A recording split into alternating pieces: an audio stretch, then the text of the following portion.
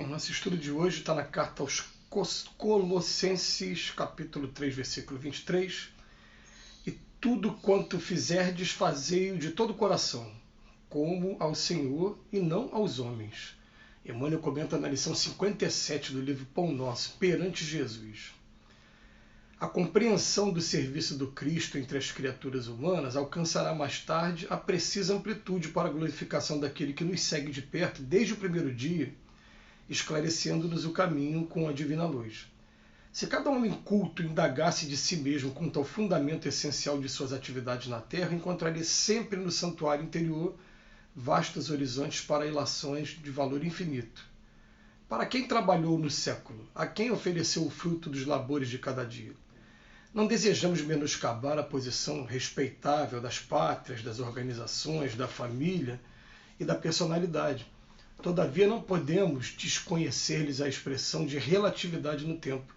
Nos transcursos dos anos, as fronteiras se modificam, as leis evolucionam, o grupo doméstico se renova e o homem se eleva para destinos sempre mais altos. Tudo que representa esforço da criatura foi realização para si mesmo no quadro de trabalhos permanentes do Cristo. O que temos efetuado nos séculos constitui benefício ou ofensa a nós mesmos, na obra que pertence ao Senhor e não a nós outros. Legisladores e governadores passam no tempo com a bagagem que lhes é própria e Jesus permanece a fim de ajuizar da vantagem ou desvantagem de colaboração de cada um no serviço divino da evolução e do aprimoramento.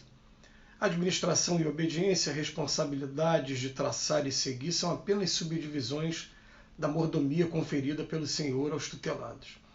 O trabalho digno é a oportunidade santa. Dentro dos ciclos de serviço, a atitude assumida pelo homem honrar-lhe-á ou desonrar-lhe-á a personalidade eterna perante Jesus Cristo. Então, o título da lição de hoje, perante Jesus. E tem uma frase que é interessante, né? Vamos fazer essa indagação, está no terceiro parágrafo aqui. Para quem trabalhou no século? Para quem nós temos trabalhado durante todo esse tempo? Aí as pessoas vão falar, como o Emmanuel puxou aqui no texto, vai encontrar a nossa pátria, as nossas organizações, a família, a personalidade. Ele abarcou de maneira geral, não tem como fugir de achar alguma coisa excepcional a isso, né? Personalidade, a minha família, as organizações, as instituições que estão aqui toda perto, né? Pode ser comercial, pode ser governamental, e por fim as pátrias. Nós não desejamos menoscabar essa posição, nenhuma delas, mas ele vem chamar a atenção para a gente, mas todas elas têm relatividade no tempo. Ou seja, com o tempo as famílias mudam, as instituições mudam, as leis são renovadas, né? E o que nós temos feito de verdade? E pode parecer, em alguns momentos, até para algumas pessoas, fanatismo. Mas ele vem trazer aqui para a gente, mais uma vez, falar, no final de tudo isso, quem está acompanhando a gente desde o início, e quem vai estar lá no final também para dar o nosso abraço também e entregar-lhe o canudo do diploma de formação, é nosso Mestre Jesus, é Jesus Cristo. É esse que vem aqui ser o governador do nosso planeta e ser o diretor dessa grande escola que a gente está vivendo. Então, ele vem falar para a gente, se a gente está aqui, né, conforme diz Paulo na carta aos Colossenses, né, tudo quanto fizeste, fazei-o de coração como ao Senhor e não aos homens. Eu vou começar a pensar assim, as coisas que eu estou fazendo, o que eu estou fazendo para mim ou estou fazendo para o nosso Senhor? Vamos começar a pensar junto dessa maneira. E como é que a gente vai fazer essa distinção? Vamos pensar assim, tudo que eu estou trazendo para o meu aprimoramento intelectual, moral, eu estou fazendo para o Senhor também. Eu vou ser menos uma peça para dar trabalho, mais uma, de repente, até para começar a ajudar nessa grande obra que tem por aqui. Tudo que eu estou fazendo para minha destruição, e aí a gente vai achar várias coisas, né? Para minha destruição eu posso achar tanto não só no campo material, como alimentação inadequada, uso de substâncias que são destrutivas, mesmo que seja a longo prazo, mas que são destrutivas, até mesmo ao que eu faço com as minhas emoções aí, a explosão emocional, a raiva, a ódio, tudo que eu faço com o meu corpo. Estou fazendo para me destruir? Eu não estou fazendo nem por mim, nem por Deus. Comecei a fazer pelos outros, já começo a trabalhar por Deus também. Então, a gente começa a pensar para quem a gente trabalhou no século. E uma coisa aqui também, né, que o Paulo veio falar para a gente, né, é bom a gente trabalhar assim, pensando sempre nisso e sem aquela preocupação de dar satisfação aos homens também, porque a gente hoje está assistindo uma juventude desvairada, né, que, assim como nós também, está tendo que lidar com os novos recursos da tecnologia, e a gente ficou pensando, mesmas causas que levaram grandes astros a se isolarem, entrar no ostracismo e depois destruir a própria vida, astros como Michael Jackson, astros como Elvis Presley, né, e vários, não precisa nem muito, para não alongar muito, né, nos exemplos, a gente está vendo hoje nas redes sociais. Às vezes as pessoas estão vendo uma crítica, uma exposição qualquer que seja negativa, e a pessoa entra em desespero e se isola e fica chateado. E eu fico pensando assim, não, peraí, eu devo satisfação a quem? É a Deus ou aos homens?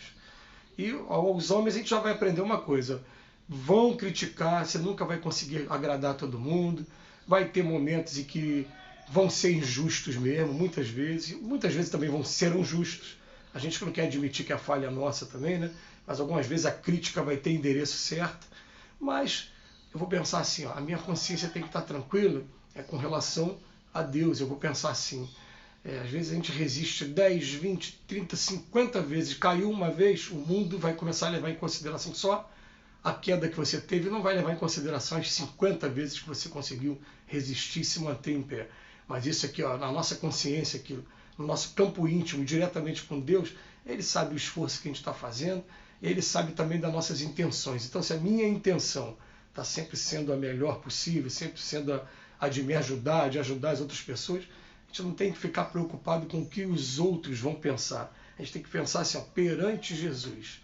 E Jesus é interessante, começa a estudar Jesus, Jesus não está preocupado com o lado negativo das pessoas, ele está preocupado em exaltar o tempo todo o lado positivo, em ver o que é de bom, explorar e incentivar o lado que é bom. É claro que a gente aqui, nós que quando a gente chega do outro lado, como diz no Evangelho, a gente quer buscar os primeiros lugares, ele fala, não vai para o primeiro lugar, fica no último, que é muito melhor alguém chegar lá nos últimos lugares e te chamarem para você sentar à frente, do que você estar aqui na frente, ser convidado a ir lá para os fundos, né, para o final, né? Fica na sua, espera o seu momento certo. O que acontece com a gente é que a gente chega do outro lado depois, querendo os melhores lugares, e aí sim fala, não, você não tem direito a ter os melhores lugares por conta disso, e começa a enumerar algumas coisas, mostrar para a gente naturalmente o que nós somos ainda, cai a ficha. Então eu não tenho a menor ilusão, gente, eu sei exatamente quem eu sou, eu sei o quanto eu sou devedor, eu sei o quanto eu ainda trago ainda de defeitos, mas sei que também trago algumas virtudes comigo, né, e vou trabalhando em cima dessas virtudes. Mas essa coisa de chegar depois do outro lado querendo pleitear lugares melhores, gente, eu vou para o lugar que Deus me mandar e vou estar muito satisfeito com o lugar que Ele me mandar, porque Ele sabe qual o melhor lugar para mim, aonde eu preciso estar para entrar na evolução. Eu estou falando sobre isso porque eu me lembro que eu li recentemente, né, tem uns 2, 3 anos, um livro chamado Um Terço da Vida, um livro escrito pelo espírito Hermance Dufour, e falando de vários trabalhadores que, pelo fato de terem ficado 10, 20, 30 anos numa casa espírita trabalhando, chegam do outro lado da vida pleiteando mesmo, falando, peraí, que injustiça, porque lá eu fiz isso e isso, agora chega aqui, é isso que eu recebo em troca? E, gente, o que eu quero receber em troca do fundo do meu coração, né, é apenas a oportunidade de trabalhar, apenas a oportunidade de continuar estudando, de continuar absorvendo o máximo desses preceitos evangélicos, que eles vão mexendo com o nosso coração aos poucos, vão modificando a nossa vida. Para mim isso está suficiente. Agora, a gente tem que aprender que a maior satisfação que a gente tem que dar para a vida é para Jesus, é aquele que é o nosso amigo maior mesmo. Então ele vem falar aqui para a gente, ó, como é que a gente faz para poder, né, tudo que representa esforço da criatura foi realização de si mesma, no quadro de trabalho permanente do Cristo. Olha que coisa legal. Então a gente vai pensar assim, o que temos efetuado no século vai constituir ou ofensa a nós mesmos, né, ou um benefício para a gente. E ele dá a dica aqui no final para a gente. O trabalho digno é a oportunidade santa. Dentro dos círculos de serviço, a atitude assumida pelo homem vai honrar-lhe ou desonrar-lhe a personalidade perante Jesus. Então fica aí, ó, de acordo com o livre-arbítrio, cada um toma o seu caminho. mas a gente vai prestar conta de todo esse caminho. Que Jesus nos abençoe hoje e sempre.